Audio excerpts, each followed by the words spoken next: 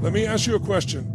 What if I told you there's a single force more powerful than your past, your environment, even your education, that shapes the course of your entire life? What if this force is something you use every day but never consciously control? That force is at work right now, and once you understand it, you can take charge of your life in a way most people never even imagine. Now let's unlock it. Step 1, the power of decisions. Every moment of your life you're making decisions. Some are small, what to eat for breakfast, whether to hit snooze or get up, but others, even when they seem subtle, are shaping the direction of your future. Most people think their life is determined by external factors, the economy, their upbringing, their boss, their bank account. But the truth is, it's not those things. It's the decisions they make in response to those things. You can take two people with the exact same background, same challenges, even the same trauma, and one will rise while the other collapses. Why? Because they made different decisions. One decided to find a reason to grow, to learn, to move forward. The other decided to let it define them, to stay stuck, to blame. It's not what happens to you, it's what you decide it means and what you decide to do about it. Every decision carves a new path in your life. And the most powerful decisions aren't about what job to take or where to live. They're the ones you make inside. Decisions like, I will not tolerate this anymore, I'm going to raise my standards, I'm going to be the one to break the cycle. Those are life-defining moments. But what most people don't realize is that not deciding is also a decision. Indecision is still a choice, and it has consequences. When you don't decide, you're still drifting. You're letting your environment, your past, and other people decide for you. And the longer you drift, the more disconnected you become from the life you truly want to create. Decisions are the ultimate power because it instantly shifts your focus. In one moment, you can go from confusion to clarity, from fear to courage. When you decide with certainty, when you cut off all other possibilities, that's when things begin to change. You start to build momentum, and the universe responds to boldness, not to hesitation, not to maybe someday, but to a clear, committed, this is it. And here's what makes decisions so powerful. You don't need to know how you're going to do it. You just need to decide that you will. The how comes later. Resources follow commitment. Clarity follows action. But it all begins with a single decision, made with absolute resolve. Step 4, the beliefs behind every action. Every action you take is driven by a belief, whether you're aware of it or not. Beliefs are the unseen scripts that guide how you think, feel, and behave. They're like silent commands running in the background, determining what you perceive as possible, what you attempt, what you avoid, and how you interpret the results. So before you speak, before you act, even before you feel a certain way, is a belief firing in your nervous system, shaping that experience. You know, if someone believes they're not worthy of success, it doesn't matter how many opportunities show up, they'll hesitate, self-sabotage, or walk away. If they believe that people can't be trusted, they'll struggle to build real connection, even if everyone around them is showing loyalty and love. And on the flip side, someone who believes they always find the way, even when it looks impossible, will find themselves acting with creativity, courage, and resilience because that belief unlocks access to those emotional states and strategies. Most of our beliefs aren't consciously chosen, they're absorbed, passed down by parents, shaped by school experiences, molded by culture, carved by pain. Over time, they become so familiar, we don't question them, we just live by them. But the quality of your life is in direct proportion to the quality of the beliefs you hold. If your beliefs are limited, your potential is capped. You might still dream big, but you'll never fully act on those dreams because your inner voice will whisper, it's not for you. You don't have what it takes. What if you fail? Beliefs are powerful because they create a filter, a lens through which you interpret the world. Two people can face the same challenge. One sees a wall, the other sees a test. One shuts down, the other steps up. What's the difference? Not the problem, the belief about what that problem means. Beliefs determine whether we perceive struggle as a reason to quit or a reason to grow. whether we see feedback as rejection or as a roadmap to improvement. And the most dangerous beliefs aren't the ones you yell out loud, they're the quiet ones you accept without resistance. The ones you repeat in your mind every day. This is just who I am. People like me don't win. I always mess things up. That internal story becomes the blueprint of your actions. It defines what you try, how you show up, and how you recover when life knocks you down. But the good news is, beliefs are not facts. They're feelings of certainty about what something means. And just like they were created, they can be recreated. A belief can be upgraded in a single moment when you decide to question the old story, challenge the lie, and replace it with a new empowering truth. The moment you believe something new about yourself, your life, your future, you instantly open the door to new behavior, new energy, and new outcome. Because when your beliefs expand, so does your world. What once looked impossible starts to feel inevitable. Not because the world changed, but because you did. You stop living in reaction to your limitations and start acting in alignment with your potential. Every breakthrough begins with a belief, because belief fuels behavior, and behavior shapes destiny. Step 3, emotions drive behavior. Everything you do, every action you take is driven by emotion. Logic might help you justify a choice after the fact, but emotion is what truly moves you. People don't buy because of facts. They buy because of how something makes them feel. They don't quit because it makes sense. They quit because they're frustrated, overwhelmed, hopeless. On the flip side, they push through the pain when they're inspired, determined, emotionally connected to a greater outcome. You don't wake up early every day and hit the gym just because it's on your to-do list. You do it because you've anchored your identity to feeling strong, confident, unstoppable. You're emotionally associating that pain of discipline with the pleasure of progress. That emotion creates energy. That energy becomes action. That action becomes your life. The problem is most people are living in emotional states they didn't consciously choose. They've trained their nervous system to feel worried, angry, anxious, or tired on a regular basis. And if you live in those emotional states long enough, they become your default. You don't even notice it anymore. It just feels like this is who I am. But it's not who you are, it's just what you've practiced. Emotion is like a muscle. If you train it, you get stronger. You can condition your body and mind to feel passion, gratitude, courage, confidence, even in the middle of the challenge is that most people wait for an external trigger to feel good. They think they'll feel joy after they achieve something. But if you can learn to generate that emotion first, it becomes the fuel for the action that creates the achievement. Think about it. If you're feeling uncertain, hesitant, nervous, you're not going to take bold action. You'll procrastinate, overthink, doubt yourself. But if you train yourself to feel certain, to access the state of absolute belief in the moment, you'll move. You won't wait. You won't need perfect conditions. Emotion overrides logic when it's strong enough. Always. That's why you can have all the tools, all the strategies, all the step-by-step plans. But if you're in a lousy emotional state, you won't use them. Or worse, you'll use them half-heartedly and then say, see, it didn't work. But it's not the tools, it's the state you're in when you try to use them. The quality of your life is the quality of your emotional state, not once in a while, consistently. Because that emotional pattern becomes your story, your decisions, your habits, your relationships. Everything you do is either a call for emotion or an expression of it. Step 4, your standards define your life.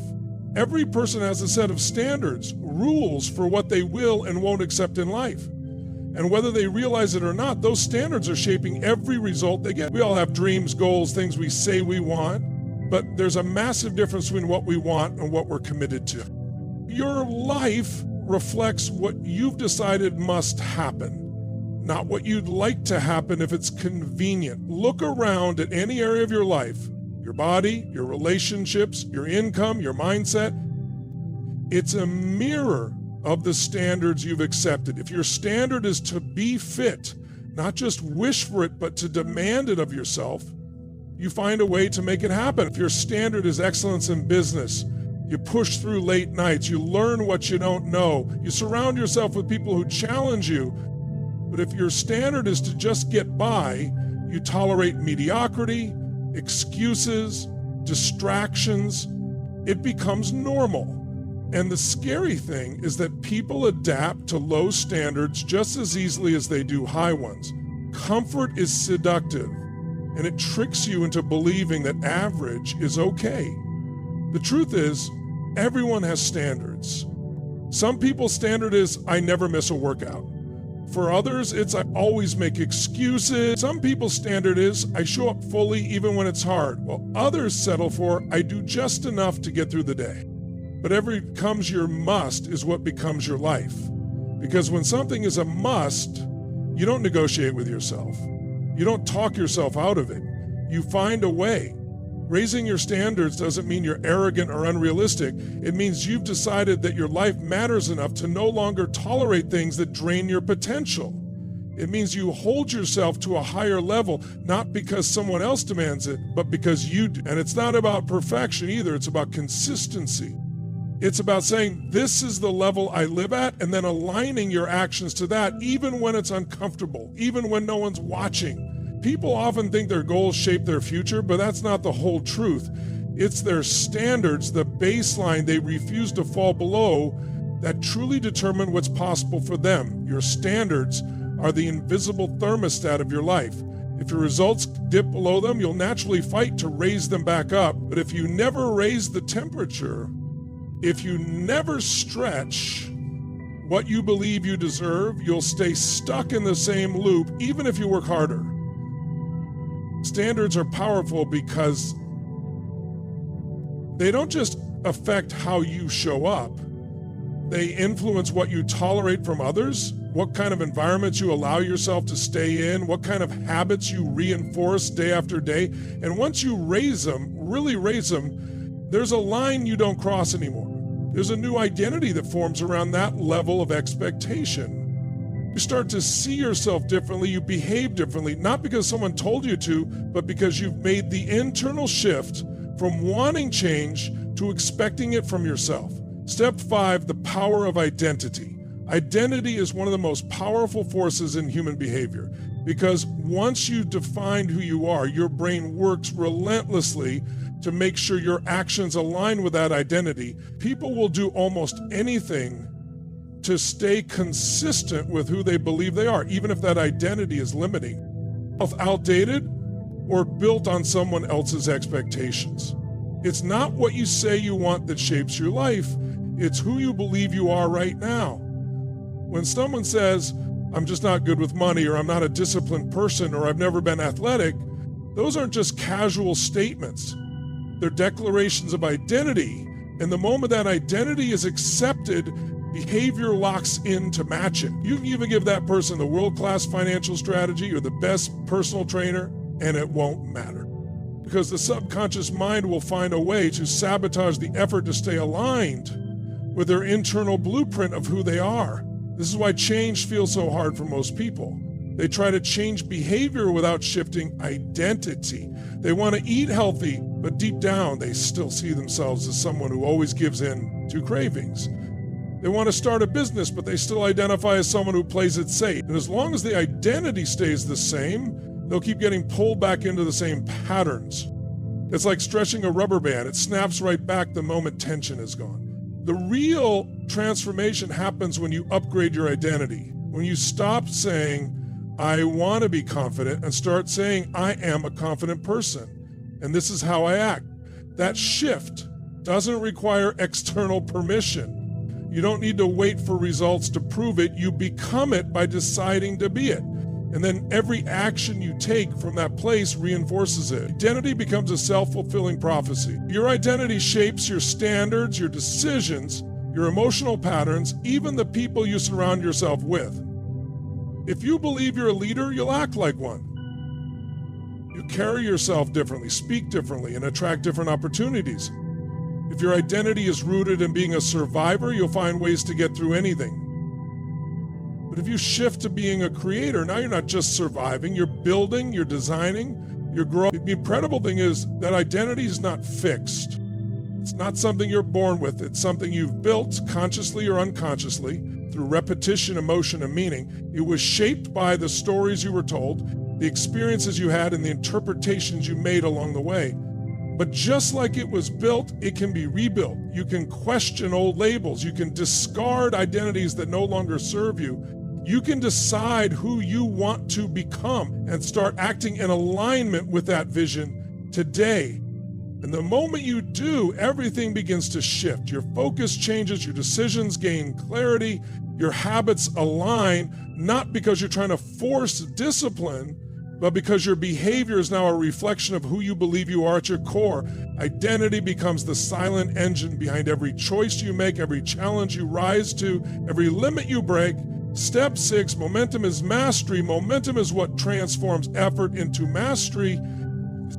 It's the invisible force that takes something from being difficult and awkward to fluid, automatic, and powerful. In the beginning of any new pursuit, whether it's building a business, improving your body, mastering a skill, things feel heavy. You're pushing uphill. Every action takes conscious thought, energy, willpower. It's easy to doubt yourself, to question whether it's worth it. But those first few steps, as small and messy as they might be, are the seeds of momentum. Now, once momentum kicks in, everything changes. Most people don't fail because they lack ability. They fail because they never stay in the game long enough to build momentum. They start something, get excited, hit resistance, and stop.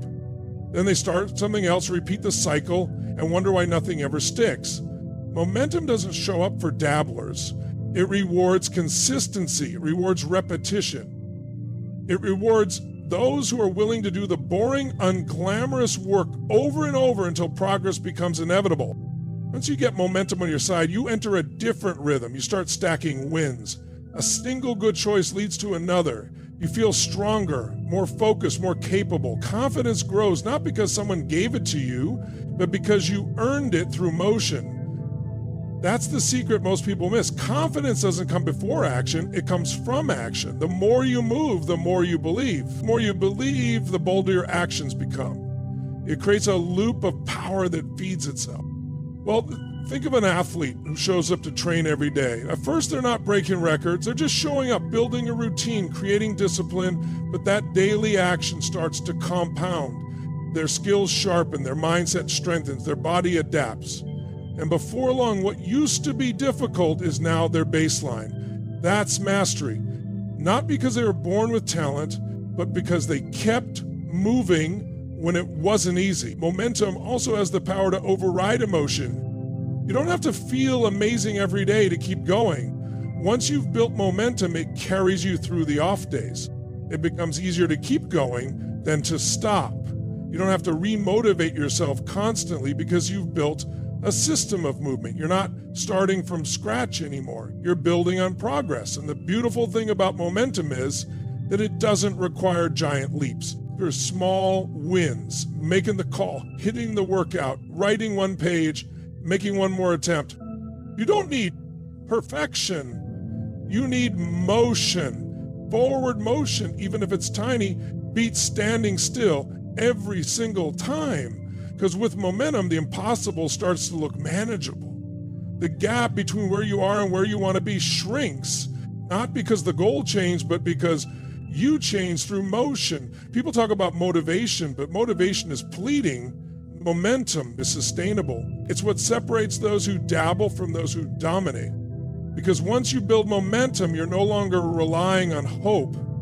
You're living in the rhythm of results. So what really shapes your life? It's not the conditions you were born into. It's not your past mistakes, your current bank balance, or even the opinions of others. It's the decisions you make daily, big and small. It's the beliefs you choose to hold on to or break free from. It's the emotional states you train yourself to live in, not just when things are going well, but when everything's on the line. It's the standards you refuse to lower even when no one's watching. It's the identity you claim, not someday, but now, because who you believe you are shapes what you'll dare to do. And it's the momentum you create through action, discipline, and forward motion, turning effort into excellence. You are not the result of your environment. You are the result of your choices. The force that shapes your life has always been in your hand. The question is, what will you decide to do with it starting today?